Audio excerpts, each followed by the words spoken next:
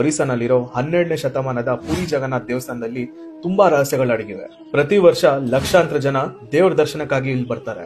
ಆದ್ರೆ ಇಷ್ಟಕ್ಕೆ ಮುಗಿಯಲ್ಲ. ದೇವಸ್ಥಾನದ ಗೋಪುರದ ಮೇಲಿರೋ ಬಾವುಟ ಗಾಳಿಯ ಆಪೋಸಿಟ್ ಡೈರೆಕ್ಷನ್ ಅಲ್ಲಿ ಆಡ್ತಾ ಇರತ್ತೆ. ನಂಬೋದ್ ಕಷ್ಟ ಅಂತ ಗೊತ್ತು, ಆದ್ರೆ ಇದೇ ನಿಜ. ಪ್ರತಿದಿನ ಸಂಜೆ ಚೋಳ ಕುಟುಂಬದಿಂದ ಬಾಲ್ಯದಿಂದಲೇ ತರಬೇತಿ ಪಡೆದ ಇಬ್ರು ಸಹಾಯನೇ ಇಲ್ಲದೆ 214 ಅಡಿಯ ಗೋಪುರ ನೇರಿ ಬಾವುಟ ಕಟ್ಟು ಬರ್ತಾರೆ. ಮತ್ತೆ ಒಂದಿನ ಬಾವುಟ ಕಟ್ಟದೇ ಇದ್ರು 18 ವರ್ಷದ ತನಕ ದೇವಸ್ಥಾನ ಗರ್ಭಗುಡಿನ ಮುಚ್ಚಬೇಕಾಗತ್ತೆ. ಈ ಸಂಪ್ರದಾಯ 1800 ವರ್ಷದಿಂದ ನಡೀತಾ ಬರ್ತಾ ಇದೆ. ನೀವು ಡೇ ಟೈಮ್ ಅಲ್ಲಿ ಯಾವಾಗ ಬೇಕಾನ ಆ ದೇವಸ್ಥಾನ ವಿಸಿಟ್ ಮಾಡಿ ನೋಡಿ.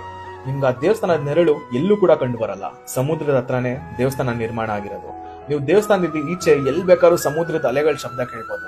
ಆದ್ರೆ ಒನ್ಸ್ ನೀವು ದೇವಸ್ಥಾನದ ಒಳಗೆ ಎಂಟರ್ ಆಗ್ತಾ ಇದ್ದಂಗೆನೆ ಶಬ್ದ ಆಟೋಮೆಟಿಕ್ ಆಗಿ ಹೊಟ್ಟೋಗ್ಬಿಡತ್ತೆ. ಮತ್ತೆ ಅಷ್ಟೇ ಅಲ್ಲ, ಪ್ರಸಾದ ಮಾಡುವಾಗ 7 ಮಡಿಕೆಗಳನ್ನ ಒಂದ್ರ ಮೇಲೆ ಒಂದಿಟ್ಟು ಒಲೆ ಅಂಟಿಸ್ತಾರೆ. ಆದ್ರೆ ಫಸ್ಟ್ ಮೇಲಿರುವಂತ ಮಡಿಕೆಯ ಪ್ರಸಾದನೇ ಬೇಯೋದು, ಕೊನೆಗೆ 7ನೇ ಮಡಿಕೆಯ ಪ್ರಸಾದ ಬೇಯುತ್ತೆ. ಇದಕ್ಕಿಂತ ದೊಡ್ಡ ರಹಸ್ಯ ಏನ್ ಗೊತ್ತಾ? ಜಗನ್ನಾಥ ಸ್ವಾಮಿ ಮೂರ್ತಿಯಲ್ಲಿರೋ ಬ್ರಹ್ಮ ಪದಾರ್ಥ. ಮತ್ತೆ ಅದನ್ನ ಶ್ರೀಕೃಷ್ಣನ ನಿಜವಾದ ಹೃದಯ ಅಂತಾನೆ ಹೇಳ್ತಾರೆ. ಮತ್ ಇವತ್ತವರೆಗೂ ಹೃದಯದ ಬಡಿತ ಮಿಡಿತಾನೆ ಇದೆ. ಮತ್ತೆ ಈ ದೇವಸ್ಥಾನದಲ್ಲಿ ನಡೆಯೋ ಎಲ್ಲಾ ಅದ್ಭುತಗಳಿಗೂ ಸೈನ್ಸ್ ಅಲ್ಲೂ ಉತ್ತರ ಇಲ್ಲ. ಜೈ ಜಗನ್ನಾಥ್.